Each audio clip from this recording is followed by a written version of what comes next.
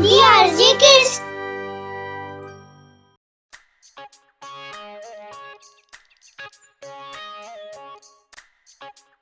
कहानी जादूगर का जादुई फूल। अन्नतपुर नाम का एक छोटा सा गांव था। उसी गांव में एक जर्जर झोपड़ी थी जिसमें एक बूढ़ी दादी अपने 10 साल के पोते पिंटू के साथ रहती थी। पिंटू के माता पिता नहीं थे, इसलिए पिंटू अपनी बूढ़ी दादी के साथ रहता था। बुढ़ापे के कारण दादी झुककर चलती थी।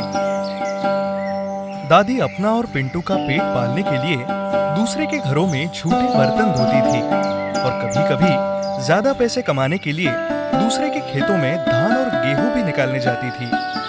पिंटू भी दादी का हाथ बटाने के लिए कभी किसी के दुकान में कुछ काम कर लिया करता था। दादी, हमारी गरीबी कब दूर होगी? बेटा, सब किस्मत की बात है। दादी रोज पिंटू को परियों की कहानी सुनाकर सुला देती थी और खुद रात भर रोती। भगवान, मैंने क्या गलती की थी जिसकी तूने इतनी बड़ी सजा दी है। मेरे बेटे बहू को तूने पहले ही अपने पास बुला लिया है। अब इस बूढ़ी हड्डियों में इतनी जान नहीं है कि अपने पोते का ठीक से ख्याल रख पाऊं। ऐसे ही दिन बीतते रहे।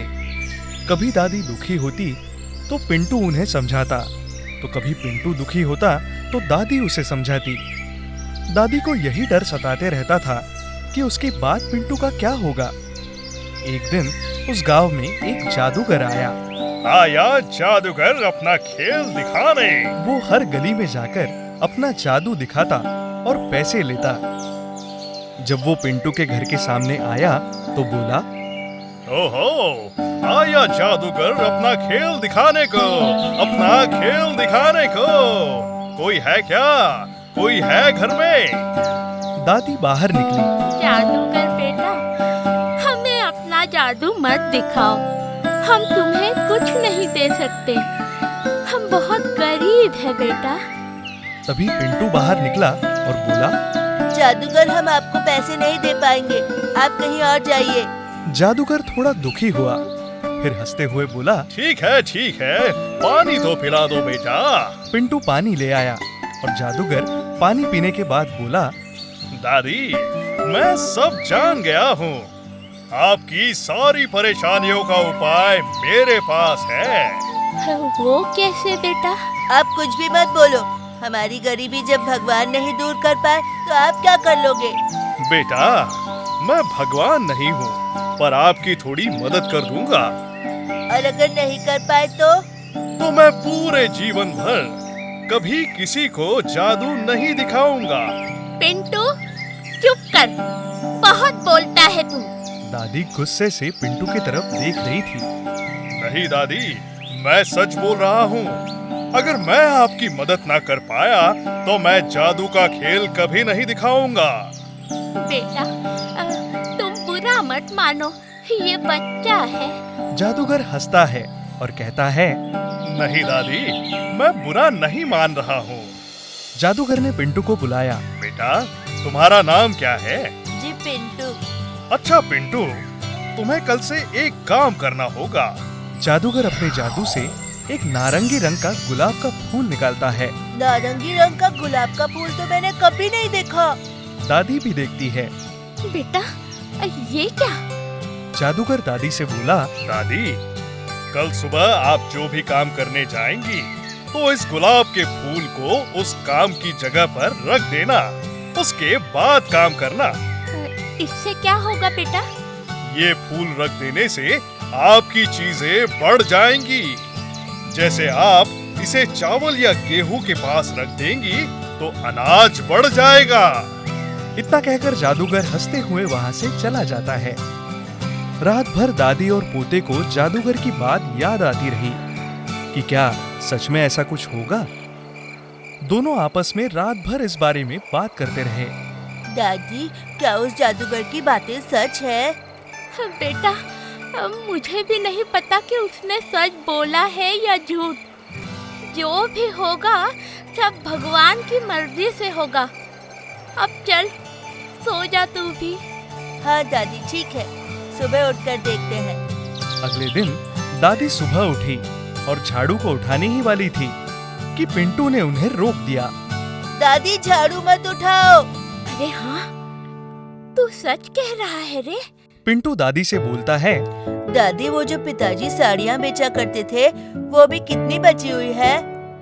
2 ही तो बची हुई है। ठीक है दादी, उसे लेकर आइए। हाँ हाँ हाँ, लाती हूँ। हाँ। दादी साड़ियाँ लाती है।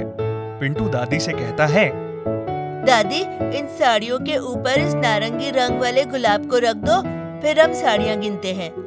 हाँ, तू ठीक कह रहा है। दादी ने साड़ी के ऊपर गुलाब का फूल रख दिया और देखते ही देखते ढेरों साड़ियाँ आ गई। दोनों ने साड़ियाँ गिनना शुरू किया। दादी ये तो चमत्कार हो गया, कितनी सारी साड़ियाँ हैं।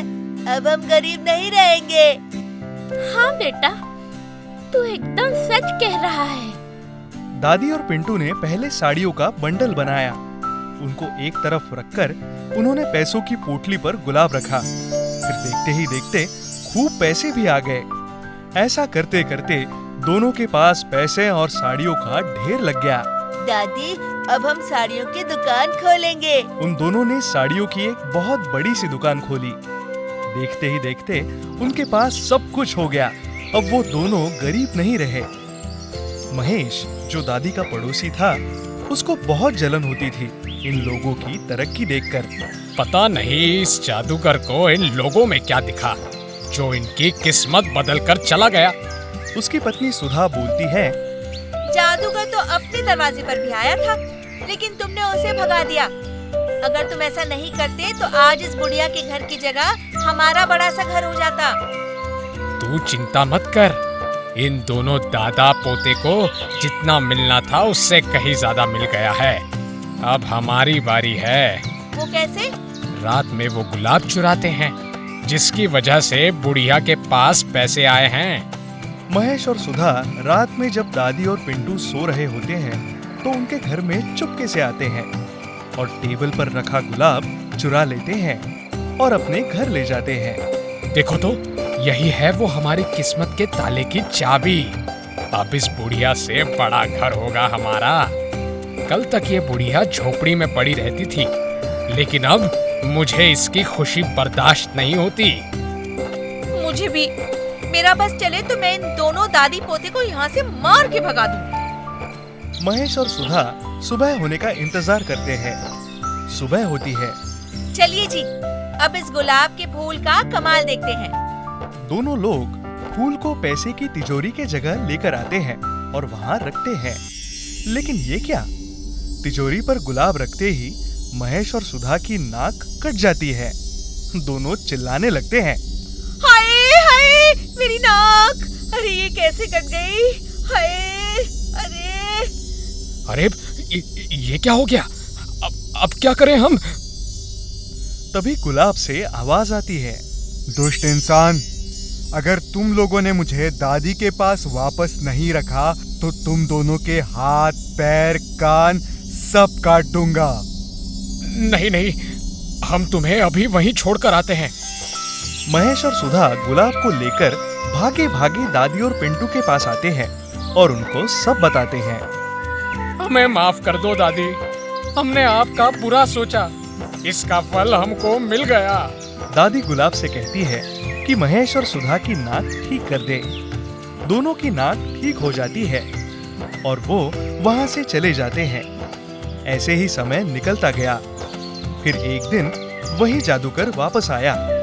इस बार वहां कोई झोपड़ी नहीं थी, बल्कि एक बड़ा सुंदर मकान बना हुआ था। ओहो, आया जादूगर अपना खेल दिखाने को, अपना खेल दिखाने को। यह आवाज सुनते ही पिंटू भागकर बाहर आया। उसकी आंखों में आंसू थे। अब बाहर क्यों खड़े हैं? अंदर आइए ना। जादूगर हंसते हुए बोला, बेटा पिंटू, तुम खुश तो हो ना? आज अब जो भी है सिर्फ आपके कारण है। मैं अपनी उस दिन की गलती के लिए माफी मांगता हूँ। तब तक दादी बाहर निकली और जादूगर से बोली, बेटा अंदर आ, आज मैं तुम्हें खाना खिलाए बिना यहाँ से जाने नहीं दूंगी। जाने नहीं दूंगी मैं। जादूगर ने दादी को चुप कराया और उनका हाथ पकड़कर घर के अंदर आया। दादी ने उसे बहुत प्रेम से खाना खिलाया। बेटा, मैं नहीं जानती कि तुम कौन हो। लोग तुम्हें जादूगर कहते हैं, लेकिन हमारे लिए तो तुम भगवान हो, भगवान। जादूगर मुस्कुराता है और फिर गायब हो जाता है।